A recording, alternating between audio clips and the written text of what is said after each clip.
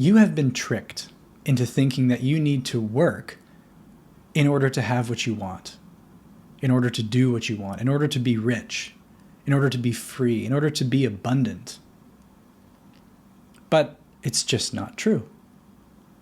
It's a conditioning, it's a limitation which you've picked up somewhere in your life that suggests that you need to struggle, work hard, through experience, through time, through effort, you can earn what you want. But what really is abundance? What really does it mean to be rich? If we strip it down to its most essential form, it is to be able to do what you want when you want, without limitation, without constraint. And that is a feeling. That's not a circumstantial dependency. You're not needing anything in order to be able to do what you want when you want. That's a feeling. That's a choice. That requires will. That requires imagination. That requires determination. That requires confidence. That requires conviction and faith. That requires creativity. And that's why money is actually sort of an illusion, because money is not the real currency. Creativity is the real currency. How creative you are and how willing you are to act on your creativity is actually the truest, purest, most abundant form of currency that there is. Money is just a symbol. And all too often we're waiting for money in order to do the things that we want to do. We're waiting for money to be the permission slip to suggest that now we can act. Now we can move forward. Now we can be who we want to be. But if abundance is the ability to do what you want when you want, and that's a feeling, right? It's a state of being. It's a choice. To be able to do what you want when you want is not limited to your circumstance, not limited to anything in a situation. It's not limited to a symbol. There are so many examples of people doing the things that you say you want, having the things that you say you want, and having gotten there without the means that you say that you need in order to get there. And that right there is a testament to the power of imagination, to the power of creativity, and the will to act on it. The will to act on the inspiration, which is actually at the heart, which is going to lead you to what it is that you say you want. And right baked into this conditioning of lack and limitation and waiting and needing to earn and working hard and struggling is this sort of combative, conflictive framing, languaging of what's needed. And it's all sort of framed in a zero sum or a net loss or a someone has to lose in order for me to win kind of a mentality, right? It's right there in the beliefs. We only need to look to our collective beliefs around money. For example, money is the root of all evil, or it's for the top 1%, it's for the rich, it's for the elite, but it's not for everyone else. Or money doesn't grow on trees. In other words, it's finite. But money is just energy. Money is just a symbol for the energy, which is that feeling, that state of being, which is what really produces the effect of abundance, the effect of freedom, the effect of what it looks like in our life when we embody that creative, imaginative way of being, way of living, which is just in time. You have what you need when you need it, not a moment sooner and not a moment too late. That's because it's a mirror, a reflection of where you're coming from, of the energy that you've embodied, that feeling that you're stepping into. And that is that belief in its energetic form. We think that beliefs are these sort of mental things which contain us based on the way that our mind is constructed. But that's just the mental level. Really, the way that beliefs control us is through our feelings. And so when we think about money is the root of all evil, or doesn't grow on trees, or it's for them but not for me, what is the feeling in that belief? It's fear. It's limitation. It's procrastination. It's lack. It's separation. It's survival. And that's why I continually, persistently talk about this idea of investigate your beliefs. Because when you really hone in on your belief systems, the construct of your self-concept, which is really rooted in feeling, the relationship you have with yourself, the relationship you have with reality is fundamentally rooted in a feeling. It's in the emotional quality of that relationship.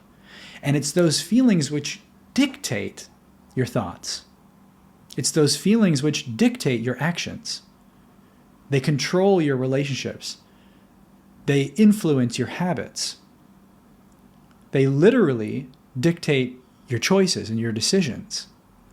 And so when you investigate your beliefs to get to the root of how you relate to abundance, because abundance is what you are, you don't create it, you allow it.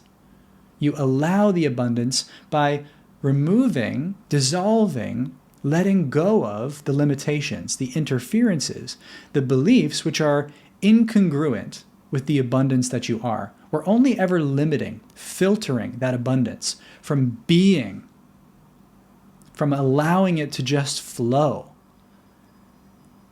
And that is what inspires. That is what is the fluid, the energy, the juice of that creativity, that imagination. But if you're contracted, if you're buying into and believing in these limitations, in these lacks, all these different ways of lack, then your whole system is contracted. It's limited. It's confined. And that energy of abundance, which manifests itself as money, as opportunity, as synchronicity, as relationships, as health, as vitality, as fill in the blank with whatever it is that you want, it's not allowed to flow freely. And when you restrict that energy from flowing freely, you experience lack. You experience separation. You experience the fear of needing to survive and earn your way to freedom, to abundance, to the life that you want to live. But it's all for lack of investigating your beliefs.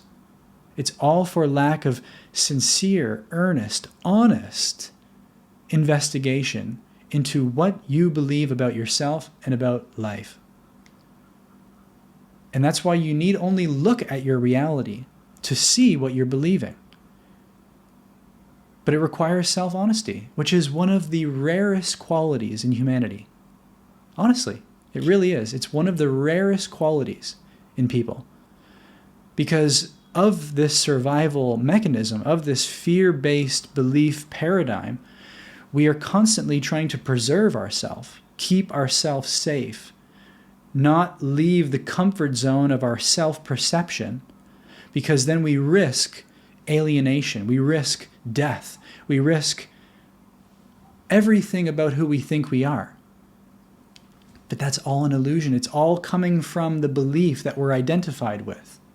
And if you have the self-honesty to investigate your reality, your paradigm, you will see everything that you've been desiring over what you say that you desire. Because anything that's in your current reality right now that you're experiencing, that you say that you don't want, you do want it. You're prioritizing that over what you say you want. Otherwise, you wouldn't be experiencing it. Nobody else is putting it there. Nobody else is forcing you to experience it. It is you. It is your choice. It is your priority and lack of awareness of your priorities and desires, which is containing you to that. And that's why it's all about self-honesty and exploring and investigating your beliefs to see what it is that you are wanting more than freedom, more than abundance, more than the true ability with creativity, with imagination, which is inherent, which is what you are, to just live the life that you want, to create what you want, to act on your inspiration, to follow that breadcrumb trail and have what you want when you want it, not by needing anything first, but by having conviction and confidence in yourself, having faith in life, trusting, not trusting in anything, but just trusting, because you've seen through the illusion of separation that there is anyone else to distrust. When that whole illusion dissolves, that there's you and others, that there's you and a God which is judging you, or life which is holding things back from you, from a universe which is somehow mistreating you or trying to teach you a lesson of some kind. When all of that, which is a victim mindset, which is a believing that you're on the receiving end of life, when all of that falls away and you take responsibility and ownership for what you're creating, for who you're being, then you have conscious power to be free, to be abundant, to be rich, to live the way that you want. But without that responsibility, without that radical ownership of being at the source, of recognizing and claiming that you are the creator of your reality, then you will constantly be at the receiving end, seemingly. And therefore, living within the prison of your own language, of your own beliefs, of your own energetic constraints, all of which can be changed in a second. But it's up to you. And if you haven't already received it, I've created a free masterclass on this, broken into 3 steps. So if you want that, comment abundance down below and I'll send it to you. It's a very simple model that walks you through step by step, aligning yourself with the beliefs which are congruent with what you say you want, and then manifesting that through the alignment in your daily habits and routine, through your daily actions and way of being, state of being, through your feelings. So again, comment abundance down below and I'll send that to you for free. And this is something that we're going to be diving more deeply into in the new community that I've opened up here on YouTube, the inner community. And for a very small amount monthly, you can join a group of like-minded people, like-hearted people, all on this path together. And you're going to have direct access to me, exclusive member-only live streams, more in-depth content. So you can check the link below or in the caption and you can learn more about that. There are a few different tiers, the cheapest one being super accessible. And I would love to get to know you better and dive more deeply into these things together. So if you're interested, check that out down below.